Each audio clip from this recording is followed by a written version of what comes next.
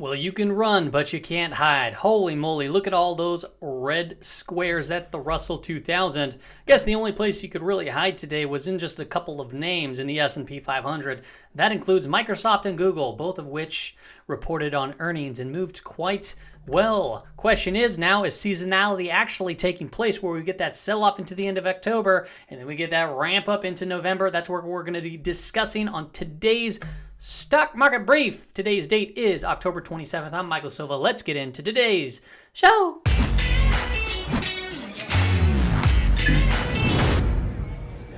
Well, welcome back, everybody. We are looking at the market dashboard here. And as you can see, red almost across the board, except there for the Nasdaq. And I'll tell you what, the only reason why this wasn't deeper in the red all around was really because of those two big, huge companies. Which ones am I talking about? First off, Google blew through the roof today, up almost 5% in a single day. This stock is up almost 70%, if not more actually, for the entire year.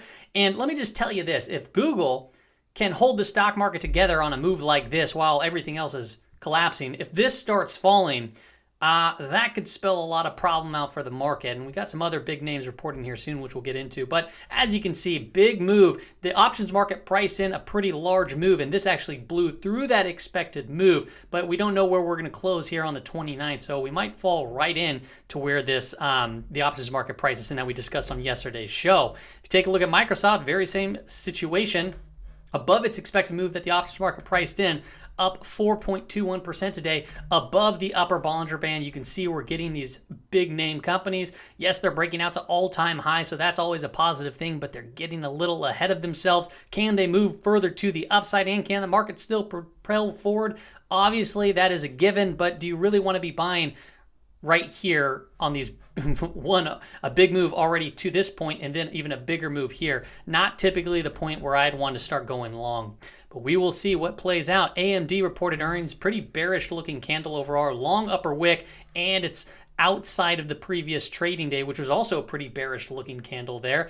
And we had some increased volume step up. This could be somewhat of a blow off move right there as we're hitting that upper Bollinger Band. RSI is getting overbought. PMO is starting to PO is starting to curl over right here, and we're kind of right by this previous high here. So maybe this wants to come in here soon for a little bit. Twitter, I mean, it doesn't get much more red than that. So we've had some good stocks play out today, like ones we recently just went over, Google and Microsoft. But look at Twitter, down almost 11% on the day. Holy cow, like that is one extended red candle to the downside.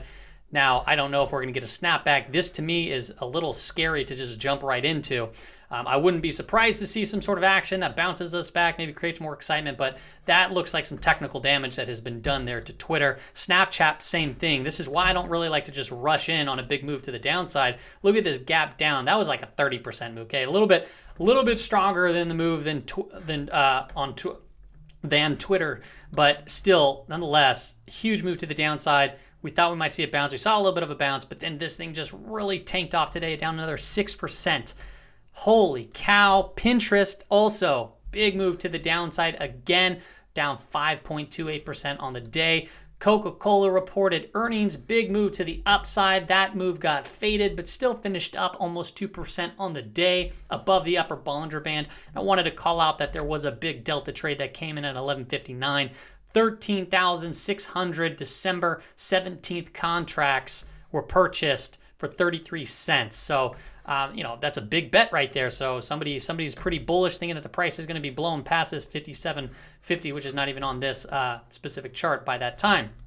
We'll see what happens. Boeing also reported earnings, down 1.53% on the day. That was only $3.20. So still a big looking candle to the downside, and the options market did price in a larger move coming into the 29th here soon. So Ford Motors also down 2.7%. A lot of big moves to the downside. Why am I showing you all this? Well, we'll talk about that in today's episode, obviously. Tesla, inside trading day, also another shooting star looking candle, big increase in volume. This to me is a place where you don't want to just enter long. You want to see this come in, right? You want to see maybe potentially this gap fill or even come back down to the 20-day. But this looks like a blow-off type move, very overextended. This thing, remember, things can become crazy. Like, it can get crazier. It definitely could. But right now, what it looks like to me is a blow-off type move. So you want to just be very careful given that it's such a volatile name. NVIDIA, also a big market maker here. I don't remember the market cap on it specifically, but I believe it's north to like 500 to 700 billion, potentially more. I can't remember off the top of my head, but NVIDIA is kind of like that sleeper stock that could definitely move the market. It's a big name, heavily traded in the retail sector. Also, outside of the daily Bollinger Bands, RSI is getting overbought. Big long upper wick right here. This might want to come into as well. So be very careful there. And then Facebook, another big down day for Facebook, down 1.14%, continuing from yesterday's move. We are below the lower Bollinger Band. We're below the 200-day moving average, and the market is still pricing in an $8 move coming into the 29th. So, we still have some increased volatility. This is not a directional bias type move. So I'm not saying that it can go up or down those $8, but just note that there is still more volatility to come here in the price of Facebook. Earnings coming out tomorrow. Apple and Amazon are the main ones that we're going to be wanting to pay attention to. Remember, some of these names can help the market out. Amazon's a big behemoth of a stock. Apple's a behemoth. However, the big ones to really focus on still are Microsoft and Google because of their market cap overall, and two, where they stand on the chart from an absolute perspective. Apple, though, is pricing in an expected move here. The options market is putting in right around 154 to a low here of 144. So look for these to be traded within this range coming into not only earnings, but the 29. So if we just get a move all the way back down to here to 144, potentially that might actually act as a good opportunity to get long. Or on the other flip side of that, if it comes up here, as we've seen already today with Microsoft, it can get above this move, and even Google can get above it. But just note that that is where the market is pricing in currently. Amazon, we're looking at 3525 up here, and that actually coincides with an area of resistance. So if we get a big move up to this way, perhaps that's an area where you'd want to start taking profits. We could get maybe potentially an open and we don't see much price action, but then we get like a trend day, like what we saw today in Google, where it just trends up higher into that area, or it can also fall to the downside. So those are the two levels there to watch. Let's take a quick look at crypto. Crypto, big breakout. We haven't really discussed it too much after that point other than the sailor to shift ratio. And now it's kind of just backing off. I mean, this makes sense. This was a very aggressive move from 40,000 to 67,000. Like, that's a very aggressive move, and a big move like this will either do one of two things typically. Well, actually, you can arrange, but it can consolidate, and then we can break out to new levels, or we see, 61%, 50%, 31% retracement, those key fib levels. And what we're seeing right now is that retracement taking place. Can it pull down lower? Yeah, it could probably pull 50% of this complete move, which is right around 55,000. I wouldn't be shocked to see that.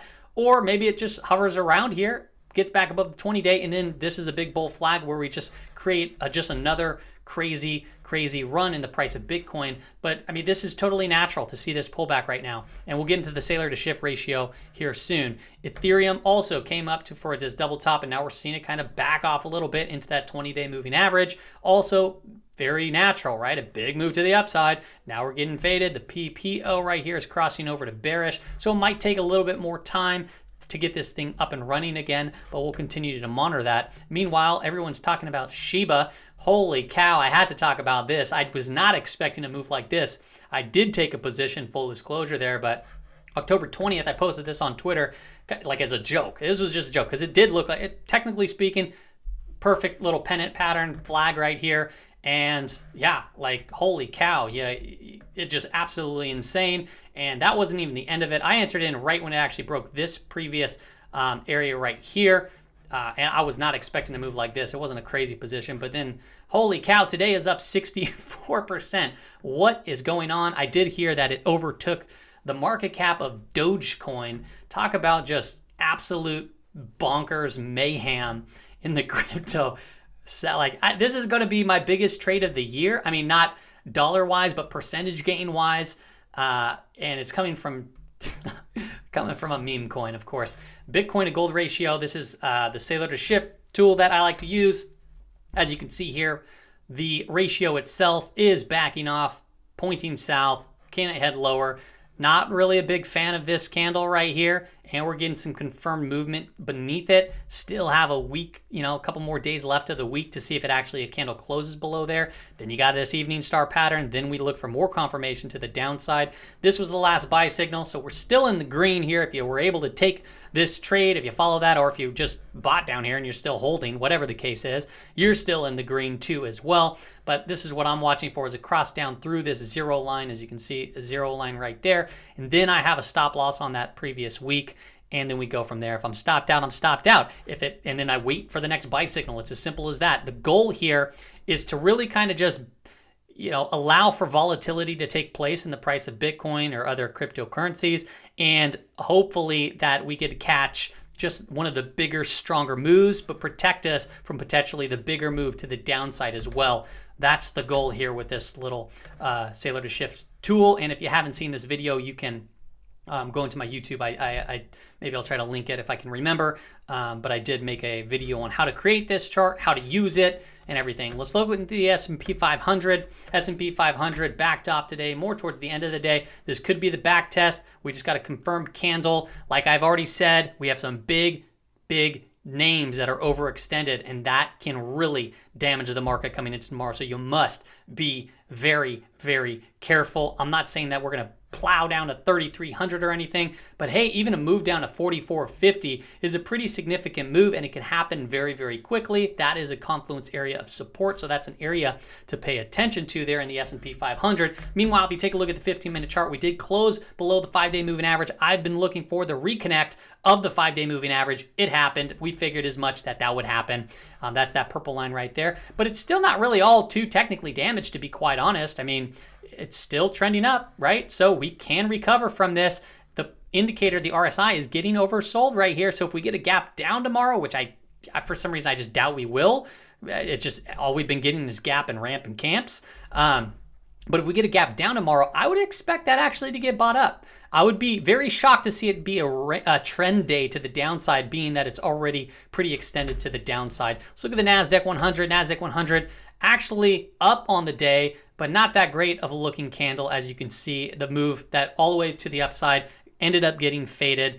Obviously, this is being held together by just a few names. That was Microsoft and that was Google. So if those things come off tomorrow, which who knows if they will, we have Amazon and Apple also reporting earnings.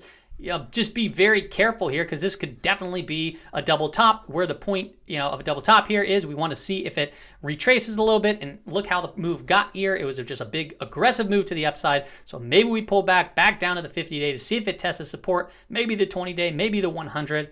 Maybe we just consolidate sideways. It's a very hard thing to determine, but what I do know is I'm looking for areas to start getting long again here soon, but I'm not going to be pressing the buttons right here at 55,750 or 15,750 here in the Nasdaq 100. It just doesn't make sense to me. I need to see this move digest.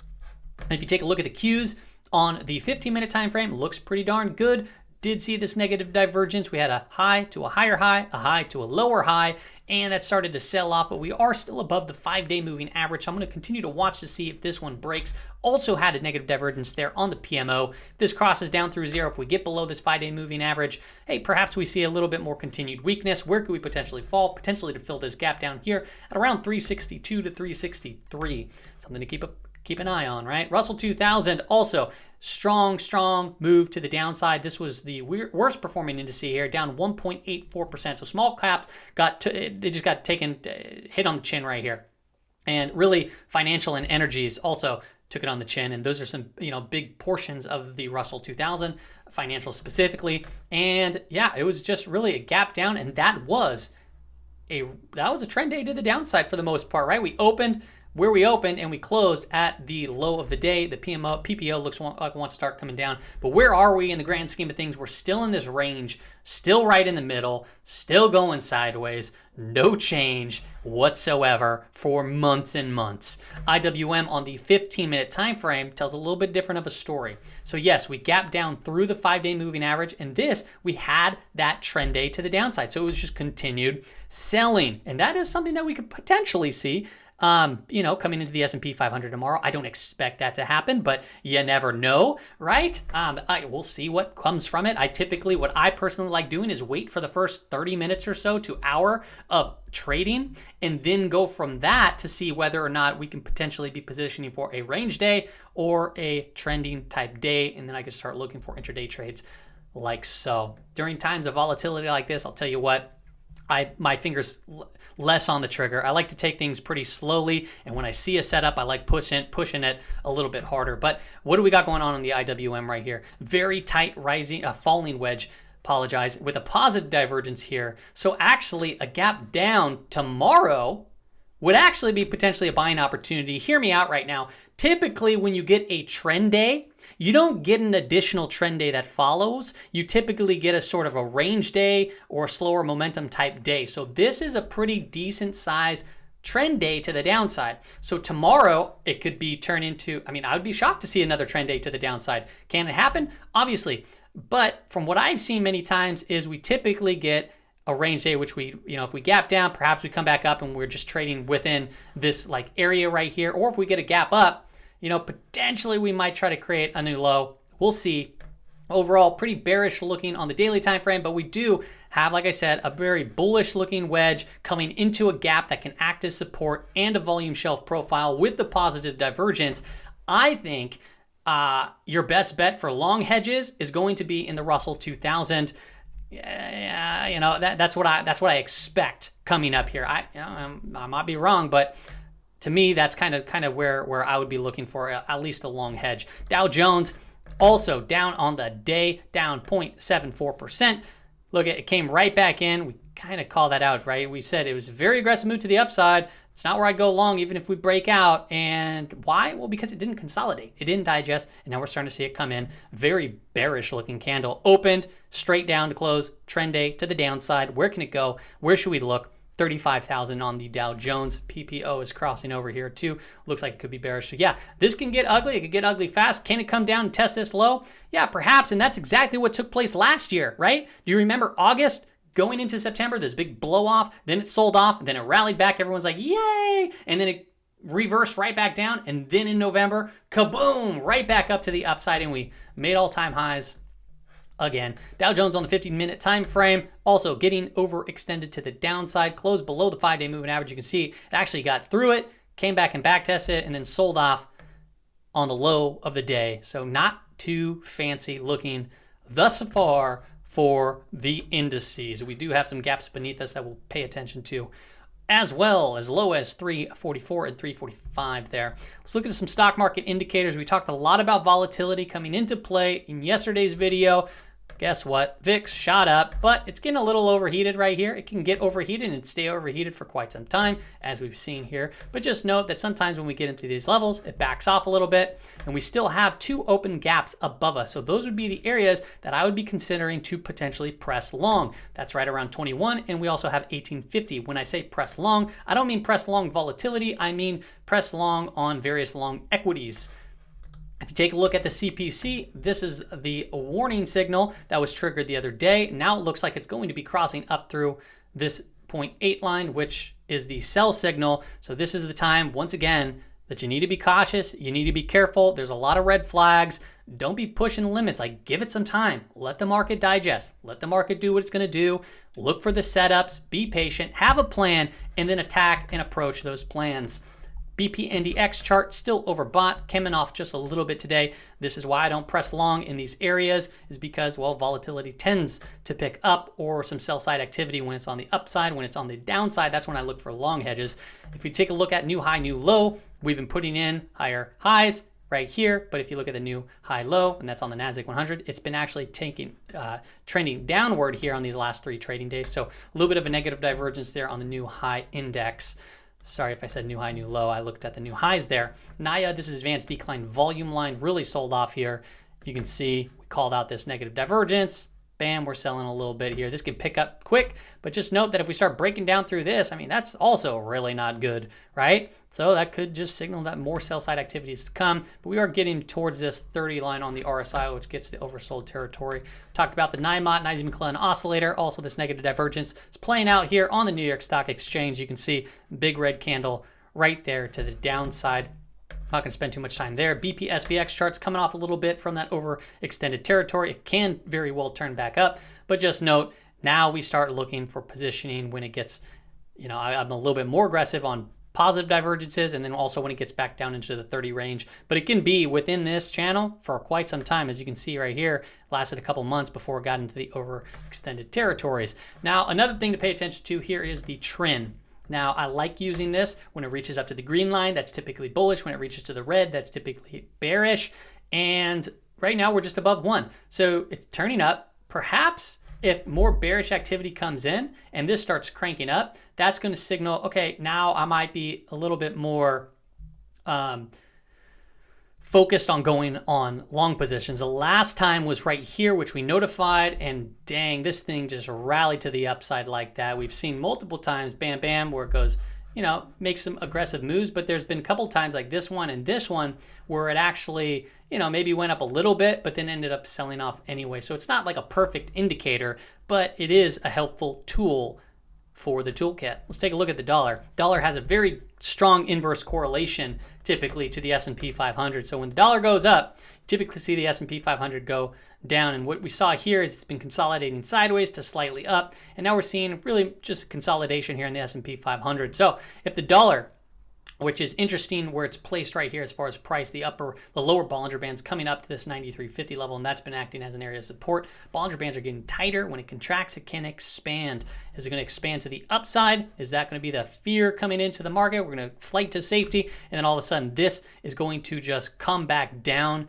to reality before it lifts back off again. A lot of people are calling for a weaker dollar. A lot of people are calling for a stronger dollar. As it stands right now, it's really just trading in a range. So just watch the dollar. I mean, it's a good barometer for the equity market here.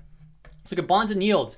Also very interesting here is we saw 30 and 10 really get hit hard to the downside, sending the TLT up significantly. You can see the spreads are continuing to flatten out here and head towards that 0, potentially inversion. And you can see that here on the chart where you're looking at the 3, the 5, the 10, the 30. And you can see as these are heading down, and these are kind of heading down, but they're kind of just pressing up. The yield, they're compressing right here. They're getting closer and closer together, and the closer that these things get together means that we can get closer to inversions, which is typically a heads up, an early indicator, an early sign of a recession. Now, we still have quite some ways to go here, so it's nothing to fret, but it is something to just pay attention to. Typically, when you have rising yields like this, it puts a lot of pressure on big tech, and we haven't really been seeing that pressure, to be quite honest, but now it seems like almost like a slight lag delay as they sold off, but we also saw a couple big names really take off, but then a lot of the other tech names also sold off pretty darn hard. Another thing to pay attention to is junk bonds. Junk bonds really does, sorry, it's all weird there, really does match the market, and it has been just moving along with it. But as you can see here, junk bonds is the blue shaded area. That never put in a new high. This has been diverging, and if that's something to call out, because as you can see here, the S&P 500 has been moving pretty much in perfect unison with junk bonds. But as of lately, junk bonds have been they've just been heading lower. Meanwhile, the S&P 500 has been pumping up. So that could be a early warning sign that the market has some more downside potential. Now, look at junk bonds. Where can we potentially break down from? I would say there's a couple areas here on the chart, like right here, 108.25 on JNK. If it starts breaking down through those levels, that could spell out actually quite a bit of trouble there for the S&P 500 there potentially. Let's look at commodities. Oil backed off a little bit, down 2.35% today. PPO crossed over. We've been talking that this looks like it needs to digest. This isn't that strong of a move to the downside given where it's actually came from, but that did put a lot of pressure on the energy sector overall. Where can we potentially go to? Well, sometimes we can get those 50% retracements of these moves, or we just maybe just 20-day tag. It's going to probably be range trading here for a little bit. Maybe we get that pullback, but just know it's not that, it needs to just digest. It needs to come back down a little bit. So it's not the specific sector that I want to be pressing super hard here. We had some good setups in various energy stocks. They bumped up. Now, you just got to be quick to take profits given this current context here. Looking at this chart, if you take a look at gold is still within this tight up channel right here, which could very well be a bear flag. It could be an inverse head and shoulders, right? So the stronger that gold gets also is bringing potentially a little bit of fear into the market, right? It could be a potential safety trade when we look at things like the lumber to gold ratio. Lumber was actually up significantly today, but it did get faded throughout the day. So the lumber to gold ratio, if you pay attention to that by Michael Gayad, that actually ticked up ever so slightly, but it's not far from going to risk off. Take a look at silver. Also taking a little bit of a pause here. We broke through this falling wedge, which is a bullish thing. We talked about that right here at the breakout. Bam, moved to the upside, but now it's hitting this previous 25 level, which is acting as an area of resistance. It could very well be forming a potential inverse head and shoulders. We have a left shoulder, a head, potentially form out a right shoulder, and then we break through 25, and this thing could go scream to the upper end of that channel, which is right around 29 to 29.50. Copper also made this huge move out of this wedge. Now it's what? Back testing. Now, is it going to be a successful back test and we're going to move forward? Well, we don't know yet, but right now it's still holding as a potential area of support. We haven't cracked down 2.15%. So a very strong move to the downside. This very well could be an exhaustion type move before, we just potentially see some strength come back in. So good stuff. Let's wrap this up with the conclusion. Look at a lot of bearish things taking place, a lot of things to shake up the market. Don't shake up your emotions during all of this, right? It could literally just be a 2% pullback, 3%, 5%. All right, so we need to look for key areas of support that if you want to start pressing long again. I don't think that the market hit its all-time high and that is it. That's not, I don't think that that's the end of the story.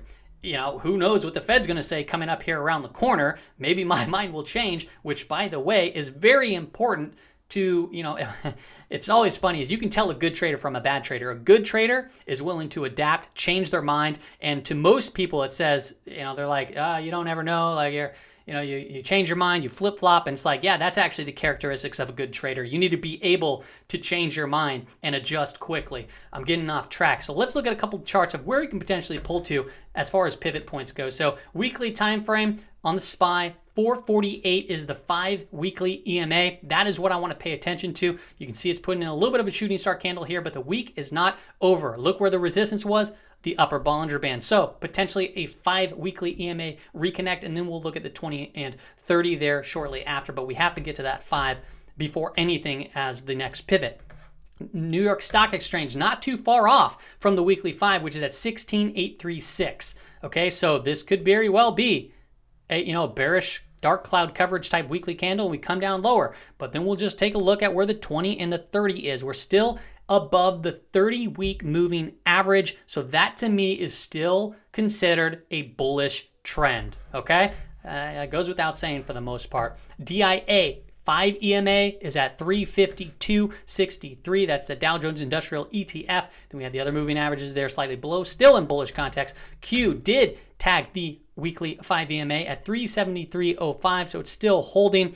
Where could potentially we fall to? Well, this one's a tricky one, so we'll continue to watch this, but as long as it stays right here above the weekly 5 EMA, so far, so good there. And then the IWM, this has been just trading in a range. It's showing some weakness. We'll see here if the bulls step back up to get this to be a little bit more bullish of a candle, because right now this is a bearish looking candle here, but you can't put too much weight on it because of how it's been just trading within this range overall. As far as where the 5 weekly EMA is at, 224.27. The price is currently below that. So, and then the 30 is at 223.23, 223.23, and the close today was at 223.65. So we're just slightly above the weekly 30. Perhaps that can also act as an area of confluence which is why I've been looking for potentially position long on the Russell 2000, because it'll allow for a very tight stop loss